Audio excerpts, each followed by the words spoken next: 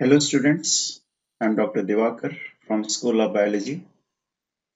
इस लेक्चर में हम दो ग्लैंड को कवर करेंगे, एक तो एड्रीनल ग्लैंड और एक थाइमस ग्लैंड। तो सबसे पहले एड्रीनल ग्लैंड के बारे में। एड्रीनल ग्लैंड को सुप्रारीनल ग्लैंड भी कहते हैं क्योंकि ये किडनी के ऊपर होता है ना, किडनी के ऊपर होता है, that's why suprarenal gland.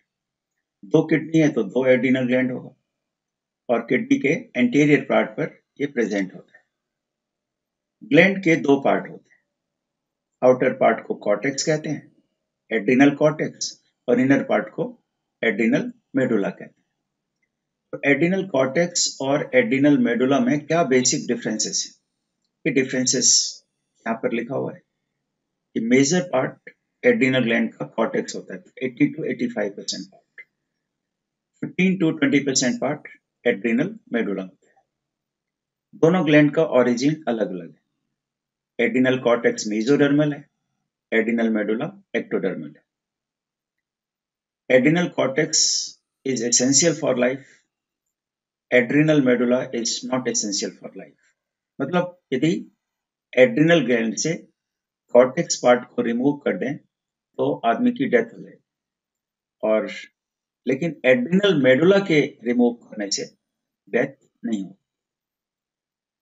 Chemical nature जो होता है हार्मोन्स का, इन दो पार्ट से सिक्रीट होने वाले हार्मोन्स का, इनमें से एड्रिनल कॉर्टेक्स का जो नेचर है, एड्रिनल कॉर्टेक्स के हार्मोन का नेचर है कि वो स्टेरॉइड होते हैं। स्टेरॉइड का मतलब they are derivative of cholesterol. और एड्रिनल मेडुला के हार्मोन का केमिकल नेचर होता है, they are catechol amine. Catechol amine का मतलब होता है इसमें कैटिकॉल रिंग होता है। कैटिकॉल रिंग, इस रिंग को कहते हैं बेंजीन रिंग है, जिसके दो प्लेस पर हाइड्रोक्सी ग्रुप लगा होता है। तो ये जहां पर प्रेजेंट होगा उसको कैटिकॉल एमीन कहेंगे।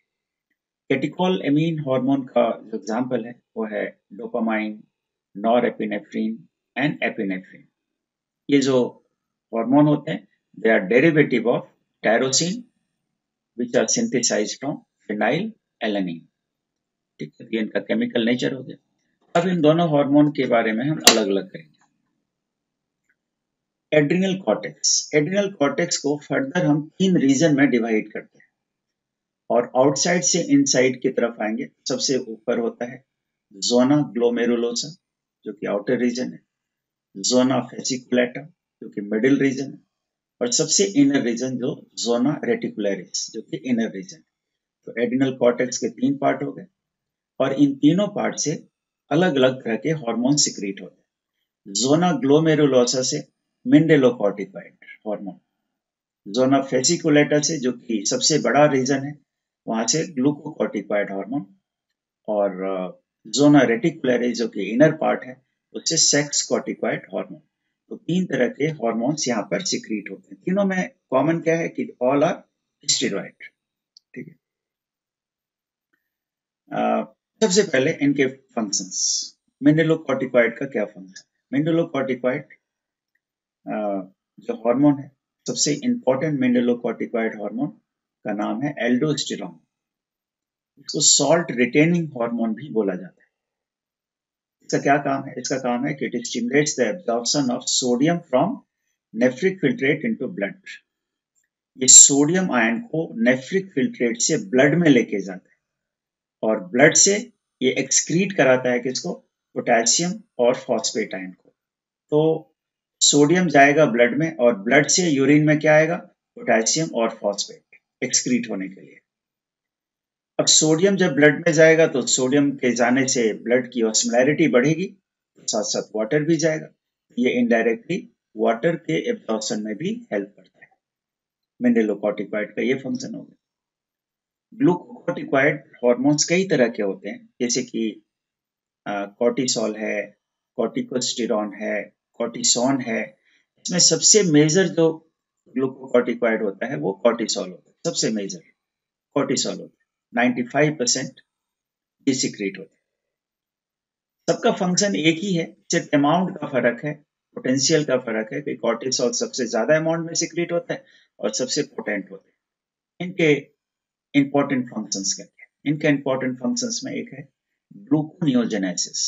ग्लूकोनियोजेनेसिस आप याद करिए तो हमने पीछे आपको इसका डेफिनेशन बता रखा है। Formation of glucose from non carbohydrate sources, amino acid से, फैटी एसिड से, उससे ग्लूकोज का फॉर्मेशन होता है, उसको ग्लूकोनियोजेनेसिस कहते हैं। ये इम्यूनोसप्रेसिव इफेक्ट भी शो करता है। इम्यूनोसप्रेसिव इफेक्ट का मतलब है जैसे हम ऑर्गेन का ट्रांसप्लांटेशन करते हैं तो उस समय ऑर्गेन का जब हम ट्रांसप्लांटेशन करते हैं तो उस समय क्या होता है कि हमारा जो इम्यून सिस्टम है उसे रिजेक्ट करना चाहता है फॉरेन बॉडी समझ करके। तो जिसमें ऑर्गेन का ट्रांसप्लांटेशन किया जाता है उसको इम्यूनोसप्रेसिव हार्मोन का इंजेक्शन भी दिया जाता है ताकि वो इसको रिकॉग्नाइज ना कर पाए। तो ऑर्गेन ट्रांसप्लांटेशन के समय ये हार्मोन बड़े यूजफुल होते हैं।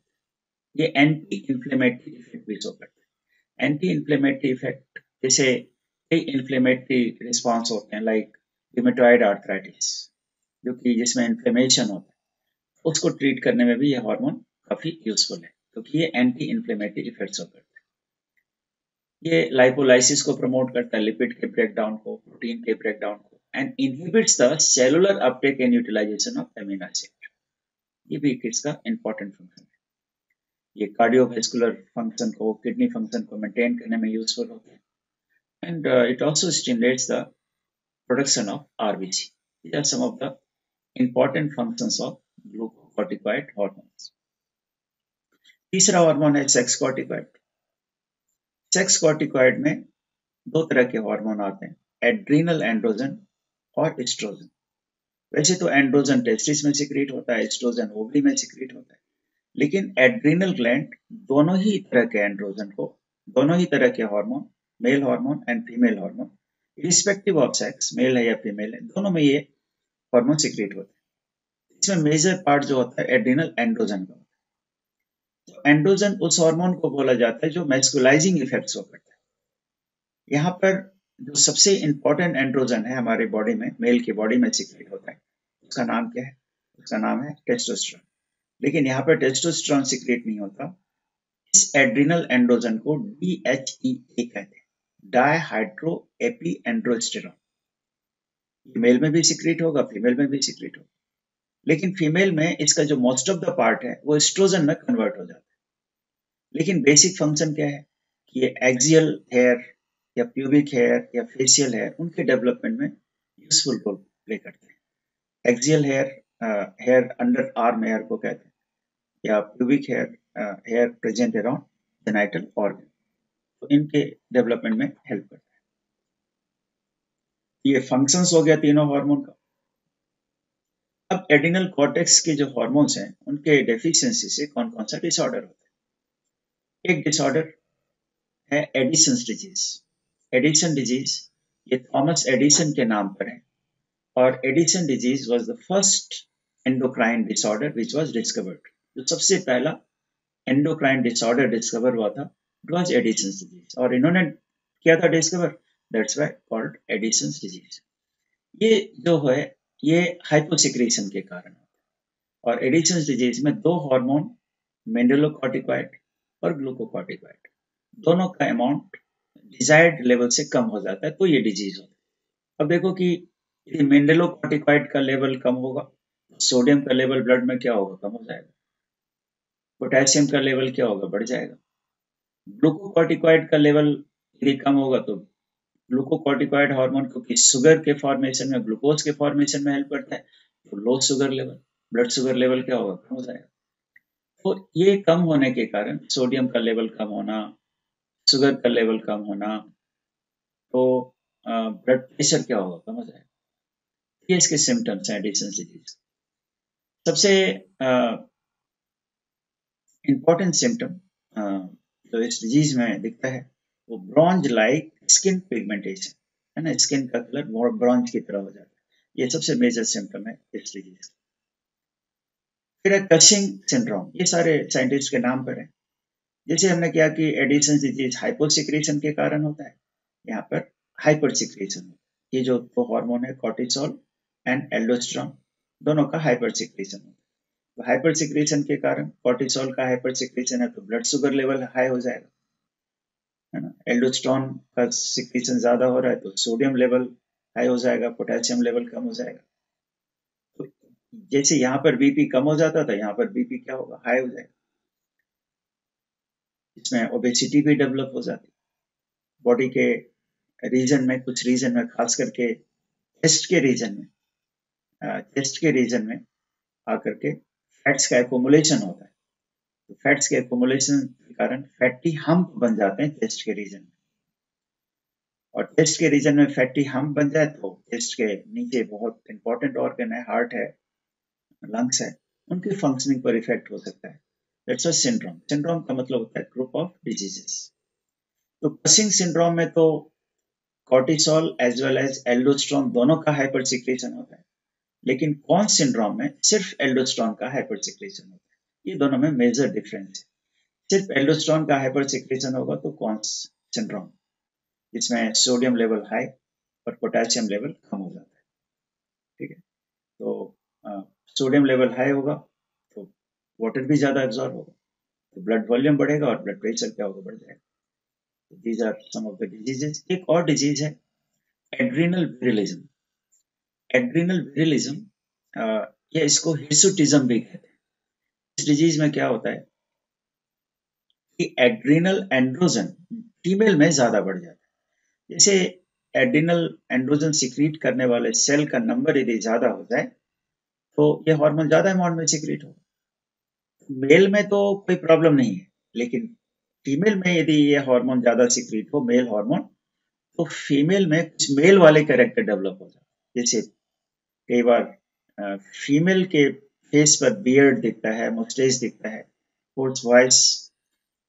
तो ये सारे सिम्टम्स हैं एड्रिनल विरिलिज्म के, जिसको हिर्सुटिज्म भी कहते हैं। इसका अपोजिट भी हो सकता है कि यदि अ, किसी मेल में female hormone, female androgen like oestrogen का सिक्रेशन ज्यादा हो जाए, एस्ट्रोजन का सिक्रेशन ज्यादा होने के कारण मेमरी ग्लैंड इनलार्ज हो जाते हैं। Enlarged mammary gland in male is described as gynecomastia। तो ये सारे डिसऑर्डर जो हैं एड्रिनल कॉर्टेक्स से रिलेटेड डिसऑर्डर है। अब करेंगे हम एड्रिनल मेडुला। एड्रिनल मेडुला का ओरिजिन जैसे हमने किया था कि वो एक्टोडर्मल इन ओरिजिन होता है। एक्चुअली सिंपैथेटिक नर्वस सिस्टम का एक्सटेंशन है। तो इसमें जो हार्मोन सिक्रीटिंग सेल्स हैं, जिसको हम क्रोमेफिन सेल्स कहते हैं, ये एक्चुअली मॉडिफाइड न्यूरॉन्स, क्योंकि नर्वस सिस्टम का ही पार्ट है, एक्सटेंशन है सिंपैथेटिक नर्वस सिस्टम। तो कहीं कहीं ऐसा भी होता है कि न्यूरॉन सिक्रीटरी एक्टिविटी शो करते हैं in addition to generating impulse. उसी का एग्जाम्पल है, जैसे हमने किया था पोस्टीरियर पिट्यूटरी के जो हार्मोन्स होते हैं वो इनफैक्ट न्यूरॉन सिक्रीट करता है, तो न्यूरॉन सिक्रीटरी एक्टिविटी भी करता है।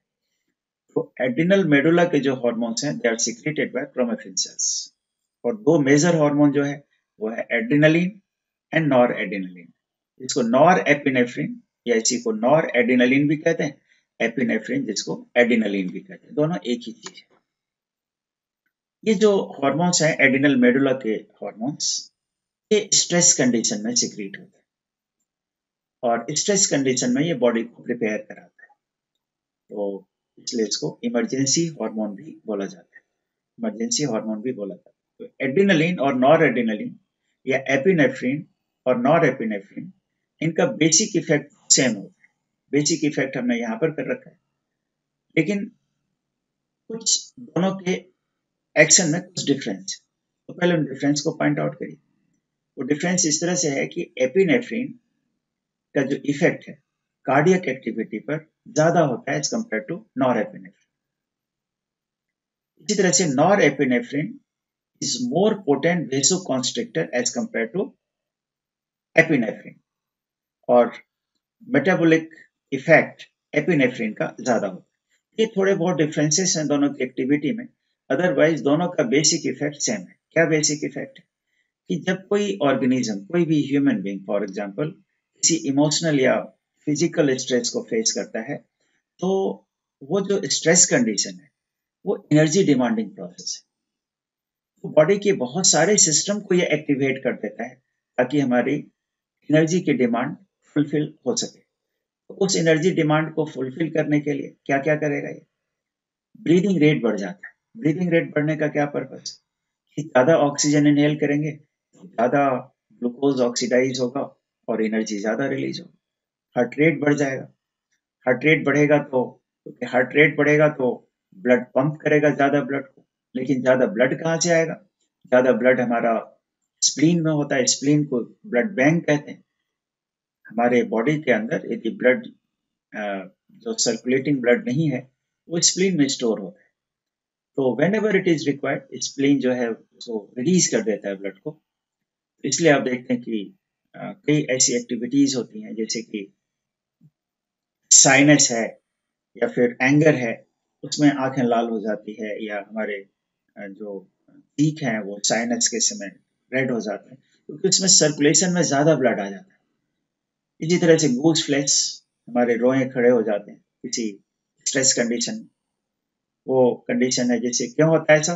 एरेक्टर पिलाई मसल जो हमारे स्किन में होते हैं उसके कॉन्ट्रैक्शन से हमारे रोए खड़े हो जाते हैं। किसी भी स्ट्रेस कंडीशन में अचानक आपको डर लग जाता है, अचानक एग्जामिनेशन का डेट अनाउंस हो जाए, एग्जाम अचानक रिजल्ट आ जाए, ये स्ट्रेस कंडीशन का एग्जाम्पल है जिसमें ये सारी एक्टिविटीज होती है। स्ट्रेस कंडीशन को ट्रिपल एफ रिस्पॉन्स भी बोला जाता है। फ्राइट, फियर का स्टेट, फियर का स्टेट है। फिर फाइट एंड फ्लाइट। ये जो फ्राइट है उसी को फियर कहते हैं चलिए। और फ्राइट इस फियर की जगह मैं लिख दे रहा हूँ, फाइट लिखा ही हुआ है और फ्लाइट के बाद क्या होता है? फ्लाइट। ट्रिपल एफ रिस्पॉन्स में फ्राइट, फाइट और फ्लाइट रिस्पॉन्स को बोला जाता है ट्रिपल एफ रिस्पॉन्स। लेकिन कई बार एक दो चीजें और भी बता जाना जरूरी है कि कई बार ऐसा भी होता है कि स्ट्रेस कंडीशन जो है ये फेटल हो सकता है क्योंकि स्ट्रेस कंडीशन को फेस करते हुए एक शॉक का स्टेट आता है which could be fatal। जैसे अचानक किसी की डेथ की खबर सुना दी जाए तो वो शॉकिंग कंडीशन, उसमें डेथ हो सकती है। हाँ, उस कंडीशन से निकल जाने के बाद वो आदमी अपने को प्रिपेयर कर लेते हैं ट्रिपल एफ रिस्पॉन्स के कारण। ठीक है, तो ये भी इंपॉर्टेंट है। एड्रिनल ग्लैंड को 4S ग्लैंड कहते हैं क्योंकि 4S सॉल्ट, एल्डोस्टेरोन का फंक्शन है salt metabolism, sugar metabolism glucocorticoid का फंक्शन, सेक्स कॉर्टिकॉइड कई सेक्स कैरेक्टर को रेगुलेट करता है। स्ट्रेस एड्रिनल मेडुला के जो दो हार्मोन्स हैं वो स्ट्रेस से रिलेटेड होते हैं। तो ये हो गया एड्रिनल ग्लैंड के हार्मोन का फंक्शन। थाइमस ग्लैंड छोटा सा ग्लैंड है, इसके बारे में भी कर लेते हैं इस लेक्चर में।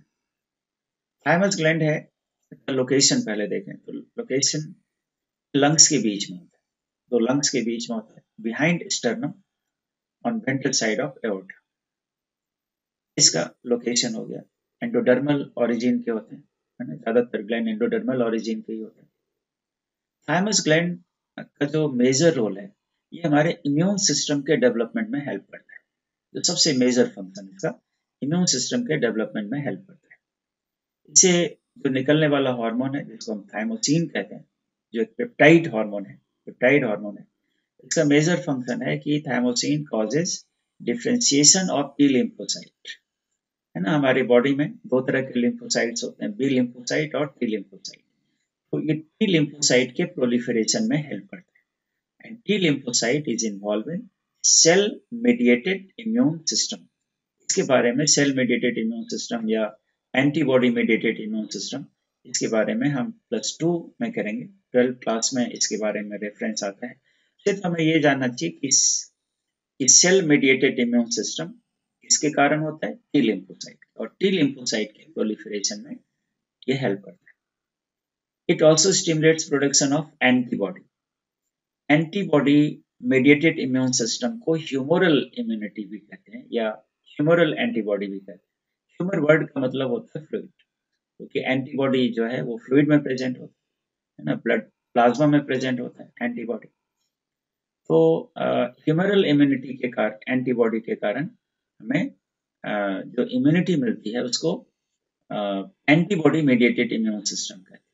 और ये दो जो इम्यून सिस्टम जिसका नाम हमने लिया सेल मेडिएटेड इम्यून सिस्टम, और एंटीबॉडी मेडिएटेड इम्यून सिस्टम, दोनों ही हमारे इम्यून सिस्टम के बहुत मेजर फैक्टर है। ये फैक्टर यदि काम ना करे तो हमारी इम्यूनिटी जीरो हो जाएगी। एड्स में यही तो होता है, एड्स में हमारी इम्यूनिटी जीरो हो जाती है, वो इसी की वजह से। ना तो सेल मेडिएटेड इम्यून सिस्टम काम कर पाता है, ना एंटीबॉडी मेडिएटेड इम्यून सिस्टम काम कर पाता है। ये दोनों ही इम्यून सिस्टम को जो है एड्स का जो वायरस है HIV वो वीक कर देता है। तो थाइमस ग्लैंड का के बारे में जो है मेजर जो इसका फंक्शन है वो इम्यून सिस्टम से रिलेटेड है। थाइमस ग्लैंड जो साइज है, इसे एक एडल्टहुड के बाद, प्यूबर्टी अचीव कर लेने के बाद इसकी साइज धीरे धीरे कम होने लगती है। फंक्शनल रहते हैं ये, लेकिन धीरे धीरे साइज कम होती जाती है और ओल्ड एज में जाकर के वो खत्म हो जाता है। जब ओल्ड एज में जाके खत्म हो जाता है तो इम्यूनिटी क्या होगी, इसीलिए आप देखते हैं कि ओल्ड एज के जो लोग हैं वो ज्यादा बीमार पड़ते हैं। ज्यादा बीमार क्यों पड़ते हैं? क्योंकि उसके पास थाइमस ग्लैंड ऑलमोस्ट खत्म हो चुका होता है। तो थाइमस ग्लैंड के खत्म हो जाने के कारण जो इम्यूनिटी है बॉडी की वो कम होने लगती है और ससेप्टिबिलिटी इन्फेक्शन की बढ़ जाती है। इसलिए ओल्ड एज के लोग जो है जरा सभी अनहाइजेनिक कंडीशन में रहते हैं तो वो बीमार पड़ सकते हैं। तो ऐसा इम्यूनिटी वीक होने के कारण होता है। थाइमस ग्लैंड को एजिंग से जोड़ के भी देखा जाता है। कैसे? एजिंग का ऑनसेट कैसे होता है, इसमें बहुत सारी थ्योरीज है। इसमें जो सबसे इंपॉर्टेंट थ्योरी है वो है immunity theory of ageing. Immunity theory of ageing क्या कहता है कि जैसे थाइमस ग्लैंड की साइज कम होनी शुरू होगी, इम्यूनिटी का एजिंग का ऑनसेट होना शुरू होगा। तो थाइमस ग्लैंड को एजिंग से जोड़ के भी देखा जाता है।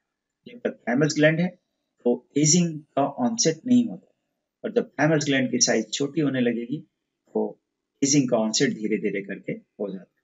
और अचानक जब थाइमस ग्लैंड पूरी तरह से खत्म हो जाता है तो एजिंग प्रोसेस जो है, एजिंग का प्रोसेस का मतलब है कि बॉडी में कैटाबोलिक एक्टिविटी एनाबोलिक एक्टिविटी को एक्सीड कर ले। तो एजिंग में यही होता है कि कैटाबोलिक एक्टिविटी ज्यादा बढ़ जाती है। तो थाइमस ग्लैंड को रिसीडिंग ग्लैंड भी कहते हैं, क्योंकि इसकी साइज जो है वो धीरे धीरे करके कम होती है। तो ऐसे ग्लैंड को, थाइमस ग्लैंड को रिसीडिंग ग्लैंड बोला जाता है। थाइमस ग्लैंड का एक और कैरेक्टरिस्टिक फीचर है हैसेल्स कार्पसस, जो कि फैगोसाइटिक सेल होता है।